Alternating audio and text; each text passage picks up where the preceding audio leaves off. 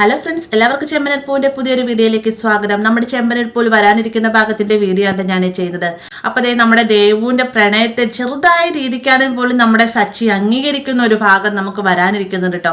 അതിന്റെ ഡീറ്റെയിൽ ആയിട്ടുള്ള ഒരു വീഡിയോ ആണ് ഞാൻ ചെയ്യുന്നത്. ഇപ്പൊ നമ്മുടെ ചെമ്പനീർപ്പൂ നടന്നുകൊണ്ടിരിക്കുന്ന ഭാഗം എന്നത് ദേവുവിന്റെ പ്രതിസൂതര വരനെ കാണാനായിട്ട് അത് അരുണാണ് എന്നറിയാതെ തന്നെ ഒരു ആകാംക്ഷയോട് കൂടി തന്നെയാണ് നമ്മുടെ സച്ചി രേവതിയും അമ്പലത്തിലേക്ക് ചെല്ലുന്നത്. എന്നാൽ ഇന്നത്തെ എപ്പിസോഡ് നമ്മുടെ സച്ചി രേവതി സത്യാവസ്ഥ തിരിച്ചറിയുകയാണ്. തൻ്റെ കൊച്ചു പെങ്ങൾ സ്നേഹിച്ചിരുന്നത് തൻ്റെ തന്നെ ഏറ്റവും വലിയ ശത്രുവാണെന്ന് സച്ചി അറിയുന്ന നിമിഷം സച്ചി ആകെ അങ്ങ് വല്ലാണ്ടാവുന്നുണ്ട്. മാത്രമല്ല തൊട്ടപ്പുറത്ത് നിൽക്കുന്ന അരുണയും കൂടെ കാണുമ്പോഴത്തേക്കും കാലങ്ങോട്ട് ഇറച്ചു കയറി വരുന്നുണ്ട് കേട്ടോ. അതേ രീതിയിൽ തന്നെയാണ് അരുണും ഉള്ളത്. തൻ്റെ ചേട്ടനും ചേട്ടത്തിയും അച്ഛൻ്റെ സ്ഥാനത്താണ് അവർ എന്തൊക്കെയോ വലിയ കാര്യങ്ങളാണെന്നൊക്കെ പറഞ്ഞുകൊണ്ടാണല്ലോ ദേവവും പറഞ്ഞു വെച്ചിരിക്കുന്നത്. അത് തൻ്റെ തന്നെ ഏറ്റവും വലിയ ശത്രുവാണല്ലോ എന്നൊക്കെ അറിയുമ്പോൾ അരുണും അത് ഭയങ്കര ഷോക്കാവുന്നുണ്ട്. മാത്രമല്ല ദേഷ്യത്തിൽ തന്നെയാണ് അരുണും ഉള്ളത്. അങ്ങനെ സച്ചി ദേഷ്യപ്പെട്ട് അവിടെ നിന്ന് പോകുന്ന സമയത്താണ് ദേവു അറിയുന്നത് തന്നോട് ഇത്ര നാൾ അരുണേട്ടൻ പറഞ്ഞ റൗഡി ആയിട്ടുള്ള ഗുണ്ട സച്ചേട്ടനാണെന്നും സച്ചേട്ടനെ പോലീസുകാരെ കൊണ്ട് സച്ചേട്ടനെ കള്ളക്കേസിൽ കൊടുക്കാൻ വേണ്ടി ശ്രമിച്ച ആൾ അരുണാണെന്നുള്ള സത്യം അറിയുമ്പോഴത്തേക്കും ഏറ്റവും കൂടുതൽ തകർന്നു പോകുന്ന ദേവുവാണ് കേട്ടോ. കാരണം ഇനി ഒരിക്കലും തങ്ങളുടെ കല്യാണത്തിന് സച്ചേട്ടൻ മുൻകൈ എടുത്ത് ഒന്നും ചെയ്യുകയില്ല എന്ന് ആ ഒരു നിമിഷം ദേവുവിന് മനസ്സിലാവുന്നുണ്ട്. എന്നാൽ ഇതിനിടയിൽ തന്നെ അരുണിന്റെ അമ്മ വീട്ടിലേക്ക് വന്ന് സംസാരിക്കാനൊക്കെ ശ്രമിക്കുന്നുണ്ടെങ്കിലും സച്ചി എതിർത്തുകൊണ്ട് തന്നെ ലക്ഷ്മി അരുണിന്റെ അമ്മയെ അംഗീകരിക്കാനോ അരുണെ വീട്ടിലേക്ക് അയറ്റാനോ ഒന്നും തന്നെ സമ്മതിക്കുന്നില്ല.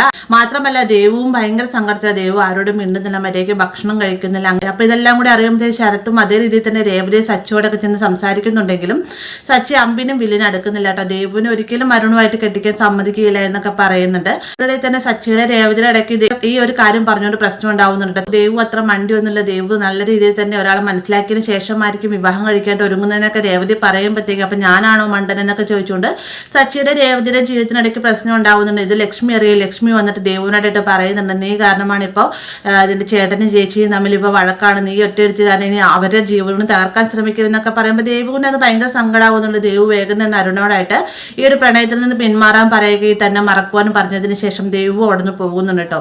എന്നാൽ അരുണാകട്ടെ താൻ താലി കെട്ടുന്നുണ്ടെങ്കിൽ അത് ദേവുവിന്റെ കഴുത്തിൽ തന്നെ ആയിരിക്കുമെന്നൊരു വാശിയോട് കൂടി തന്നെ നിൽക്കുകയും ചെയ്യുന്നുണ്ട്.